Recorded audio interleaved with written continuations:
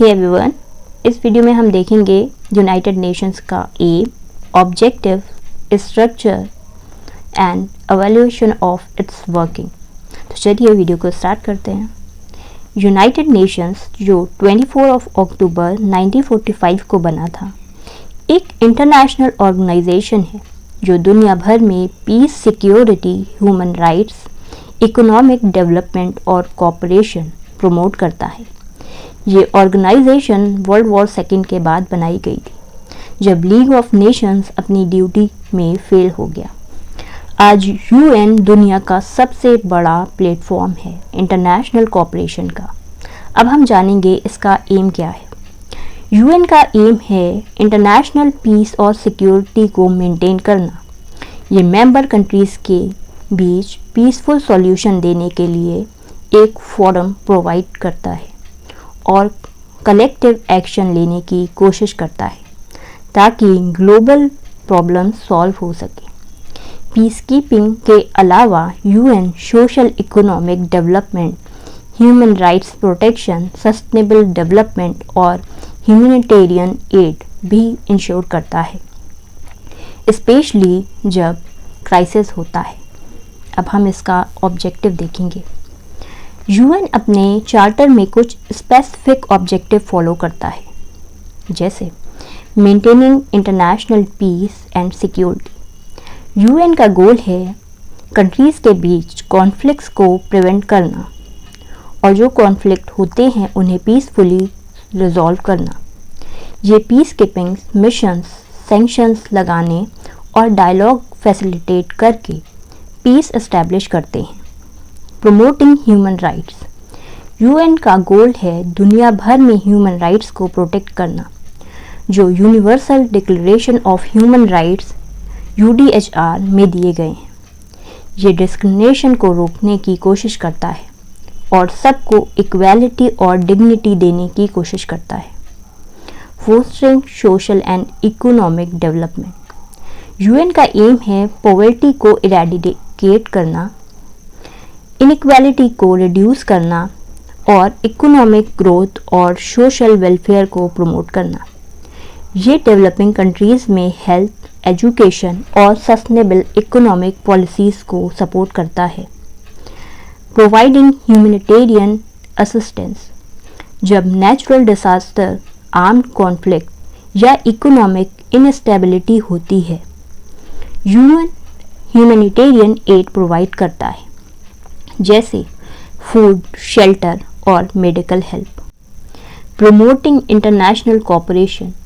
UN countries को climate change, environmental protection और डिसआर्मामेंट जैसे ग्लोबल इश्यूज़ पर मिलकर काम करने के लिए इनकरेज करता है। ये इंटरनेशनल ट्रीटीज़ और एग्रीमेंट्स के लिए एक प्लेटफॉर्म प्रोवाइड करता है। अब हम इसका स्ट्रक्चर देखेंगे। यूएन के 6 ऑर्गन्स हैं जो अलग अलग रोल और फंक्शंस परफॉर्म करते हैं। First, general assembly. General assembly UN की मेन डेलिब्रेटिव बॉडी है, जिसमें 193 मेंबर स्टेट्स हैं। ये एनुअल मीटिंग होती है जिसमें ग्लोबल इश्यूज़ पे डिस्कशन और डिसीजन लिए जाते हैं, लेकिन जनरल असेंबली के डिसीजन जनरली नॉन बाइंडिंग होते हैं। The security council. Security council का मेन काम इंटरनेशनल पीस और सिक्योरिटी को मेंटेन करना है। इसमें 15 मेंबर्स होते हैं, 5 परमानेंट मेंबर्स जिसमें चाइना, फ्रांस, रशिया, यूके और यूएसए, और 10 रोटेटिंग मेंबर्स जो 2 इयर्स के लिए इलेक्ट होते हैं। परमानेंट मेंबर्स के पास वीटो पावर होती है जो डिसीजन मेकिंग प्रोसेस को इन्फ्लुएंस करती है। Third, the international court of justice. International court of justice का काम है लीगल डिस्प्यूट्स को रिजॉल्व करना और इंटरनेशनल लीगल क्वेश्चंस पे एडवाइजरी ओपिनियंस देना। ये कोर्ट द हेग में सिचुएटेड है। फोर्थ है सेक्रेटरीट। ये यूएन का डेली वर्क हैंडल करता है और सेक्रेटरीट जनरल के अंडर होता है। ये डिसीज़न इम्प्लीमेंट करता है, रिपोर्ट्स प्रिपेयर करता है और कॉन्फ्रेंसेस ऑर्गेनाइज करता है। The economic and social council, इकोसॉक, इसका काम है इकोनॉमिक और सोशल वर्क को कोऑर्डिनेट करना और यूएन के 15 स्पेशलाइज्ड एजेंसीज को मैनेज करना, जैसे WHO, यूनेस्को, यूनिसेफ। ये सोशल वेलफेयर और सस्टेनेबल डेवलपमेंट प्रमोट करता है। The trusteeship council, trusteeship council का काम था ट्रस्ट टेरिटरीज को मैनेज करना जब तक वो अपना सेल्फ गवर्नमेंट अचीव नहीं कर लेते। आज के टाइम में ये काउंसिल इनएक्टिव है क्योंकि सारे ट्रस्ट टेरिटरीज इंडिपेंडेंट हो चुके हैं। Evaluation of the working of the United Nations, UN का काम काफ़ी इम्पॉर्टेंट है, लेकिन कुछ चीज़ों के लिए इसे क्रिटिसाइज भी किया जाता है। इनइफेक्टिवनेस of the security council, security council में जो वीटो पावर परमानेंट मेंबर्स के पास है, कई बार डेडलॉक क्रिएट कर देती है और अर्जेंट सिचुएशन में क्विक डिसीजन नहीं हो पाते।